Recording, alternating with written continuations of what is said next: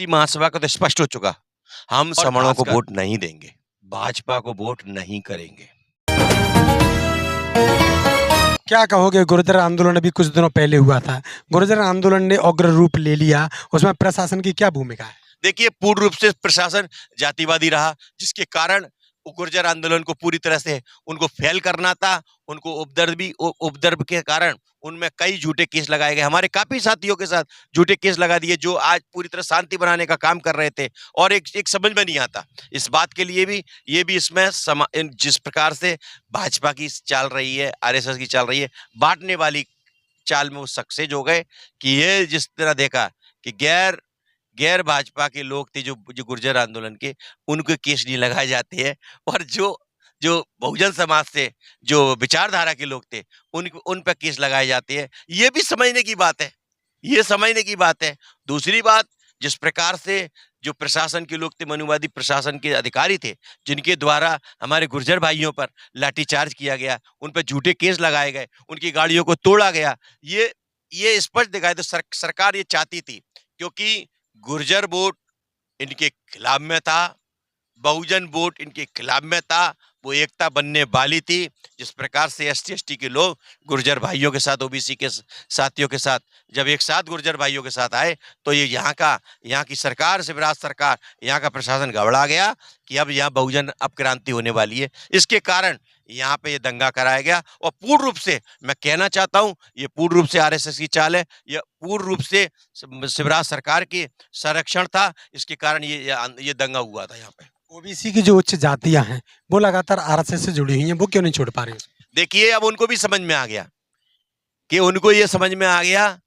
कि जब हिंदू कह के सत्ता ले लेते हैं, और जब उनके अधिकारों की आती है, तो वही गुर्जर कहलाया जाता है, वही जाट कहलाया जाता है, वही कुशवा कहलाया जाता है, वही लोधी कहलाया जाता है, वही कुर्मी कहलाया जाता है, वही बघेल कहलाया जाता है, वही प्रजापति कहलाया जाता है, वही सेन कहलाया जाता है, वही वही रजक कहलाया जाता है।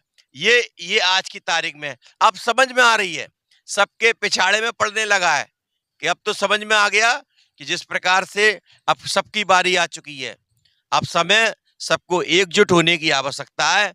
जब तक कांसी राम जी का जो दर्शन था, बहुजन हिताय बहुजन सुखाय का, जो साफ तथागत का दर्शन था, और जिसकी जितनी संख्या भारी उनकी हिस्सेदारी के दर्शन में, फूले अम्बेडकर की विचारधारा में जब तक नहीं आएंगे, तब तक एससी एसटी ओबीसी के साथ जो भाईचारा तब तक कायम नहीं हो सकता।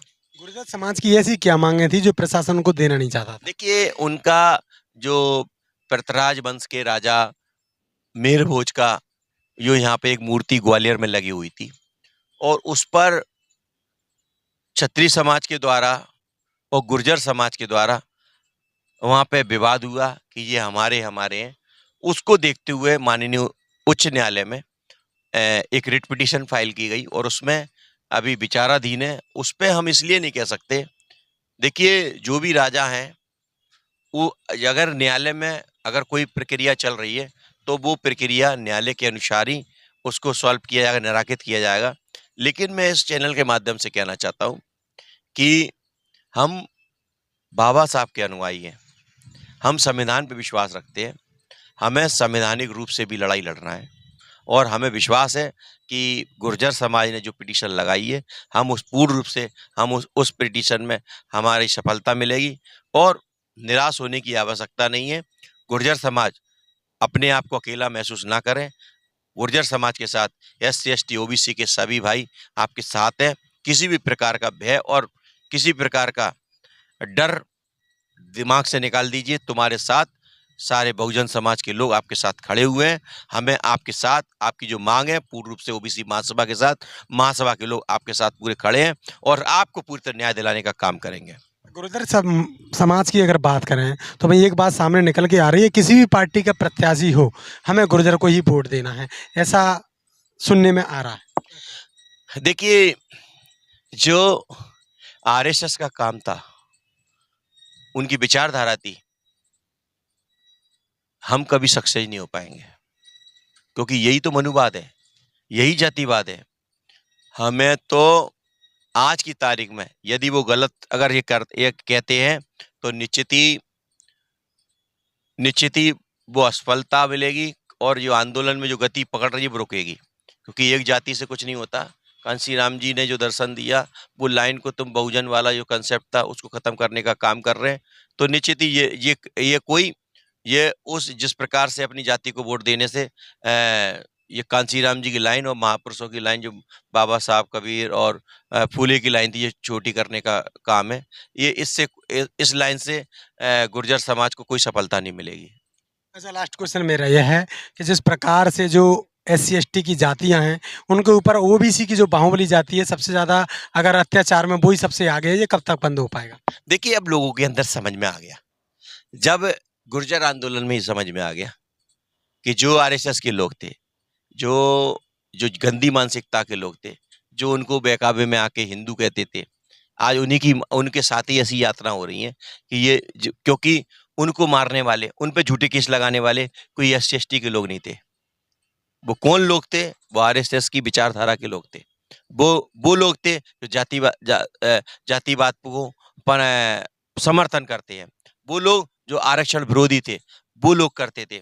आज समझ में आ रहा है, अब लोगों के समझ में आ रहा है, यही जाटों को समझ में आ रहा है, यही जो OBC की मार्शल कौमें थी, उनको भी समझ में आ रहा है कि सब हम लोगों को जितना धर्म के नाम पर, इन लोगों को अधिकारों के नाम पर जब धर्म की आड़ लेते हैं, और जब वोट की बात आती है तो धर्म बोलते हैं, और अधिकार की बात आती है तो जात की बात करने लगते हैं।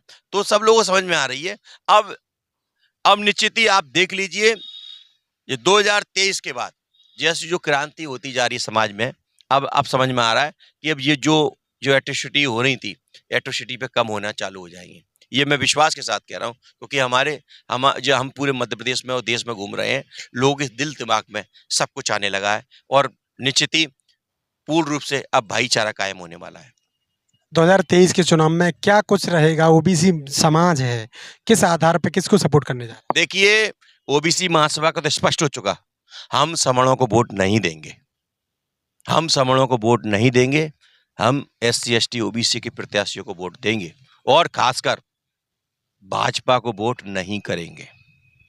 ये स्पष्ट है, क्योंकि वो भारत के संविधान को खत्म करने में लगे, भारत को खत्म करने में लगे। हम ऐसी पार्टी को यहाँ से, देश से और प्रदेश से जो सत्ता में बैठे हुए हैं, उनको खत्म करने का काम करेंगे, उखाड़ने का काम करेंगे। अन्य सीटों की अगर बात करें तो कहीं पूरे के पूरे ही सवर्ण है, तो फिर कैसे दे? देखिए, ऐसा तो नहीं है पूरे रहेंगे, हम सवर्ण होंगे तो हमारे एक ना एक सबको हम सोचेंगे SC का भी भाई लड़े, वहाँ ST के भाई भी लड़े, वहाँ OBC के भाई है। हम पूरा बैलेंस करने पूरे मध्य प्रदेश में हम एक चार्ट बना रहे हैं उसमें, और इस पर करने वाले हैं। यदि 2 जगह वो लोग लड़ेंगे तो हम अपना खुद का प्रत्याशी लड़ाएंगे। कांग्रेस OBC को आरक्षण देने वाली थी जब 2018 में सरकार बनी, 15 महीने चलाई। SC के लोगों के केस वापस करने वाली थी 2 अप्रैल के, इस पर क्या हुआ? देखिए, उनको समझ में आ गया, उनने वादा खिलाफी करी, 2023 में दिख जाएगा। इसके लिए उन्होंने वादा खिलाफी की 27% का, और इसका वादा खिलाफी की 2023 में दिख जाएगा कि उनने वादा खिलाफी, उसका खामियाजा 2023 में दिखेगा। क्या संदेश रहेगा 2023 के चुनाव के लिए खासकर? देखिए, ये स्पष्ट हो गया, अब पूरे देश में और प्रदेश में बिना फूले अम्बेडकर के अब ये देश चलने वाला नहीं है। तो मध्य प्रदेश में भी SC ST OBC के हक अधिकार नहीं देगा, वो सरकार नहीं बनेगी। चलिए, तो 2023 के चुनाव से पहले एक बड़ी अपडेट है। हमारे साथ जुड़े थे राष्ट्रीय कोर कमेटी के सदस्य धर्मेंद्र कुशवाहा जी, एडवोकेट हैं पेशे से और एक अच्छे वक्ता भी हैं। तो लगातार बने रहिए वाडला एक्सप्रेस के साथ। यूट्यूब पर हैं तो सब्सक्राइब करिए, फेसबुक पर हैं तो फॉलो करिए, देखते रहिए वाडला एक्सप्रेस।